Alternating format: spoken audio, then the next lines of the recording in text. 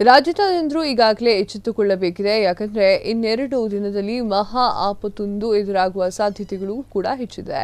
ಅಡಿಗೆ ಮಾಡುವುದಕ್ಕೆ ಗೃಹಿಣಿಯರು ತಲೆಕೆಡಿಸಿಕೊಳ್ಳುವಂತೆ ಆಗಬಹುದು. ಅಗತ್ಯ ವಸ್ತುಗಳ ಕೊರತೆ ಉಂಟಾಗಬಹುದು.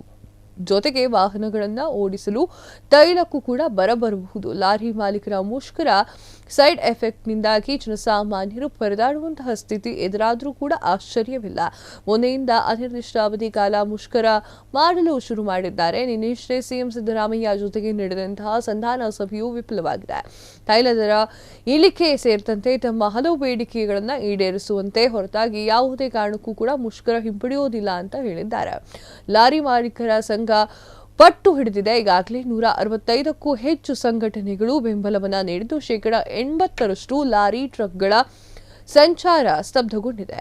ಇಂದಿನಿಂದ ತೈಲ ಟ್ಯಾಂಕರ್, ಅಡುಗೆ ಅನಿಲ ಟ್ಯಾಂಕರ್ಗಳ ಸಂಚಾರವೂ ಬಂದ್ ಆಗಲಿದೆ. ಇದರಿಂದಾಗಿ ಅಗತ್ಯ ವಸ್ತುಗಳು ಸಿಗದಂತಾಗಿ ಜನರ ಪರಿಸ್ಥಿತಿ ಹೇಳತೀರದಾಗುವಂತಹ ಸಾಧ್ಯತೆಗಳು ಕೂಡ ಜಾಸ್ತಿ ಕಾಣಿಸ್ತಾ ಇದೆ. ಬಡಜನ ವಿರೋಧಿ ಸರ್ಕಾರಗಳಿಗೆ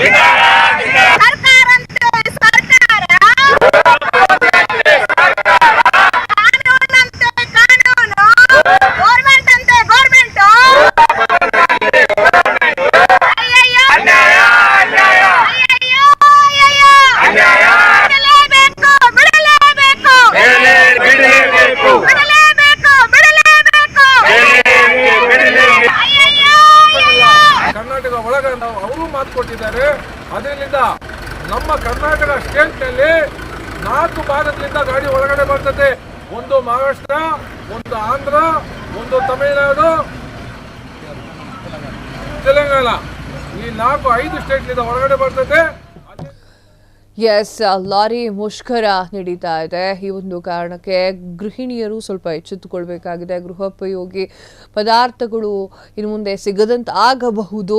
ಇದು ಕೂಡ ಪ್ರಶ್ನೆ ಎದ್ದಿದೆ. ಹಾಗೆ ತೈಲಗಳು ಕೂಡ ಇನ್ನು ಮುಂದೆ ಸಿಗದೆ ಹೋಗಬಹುದು.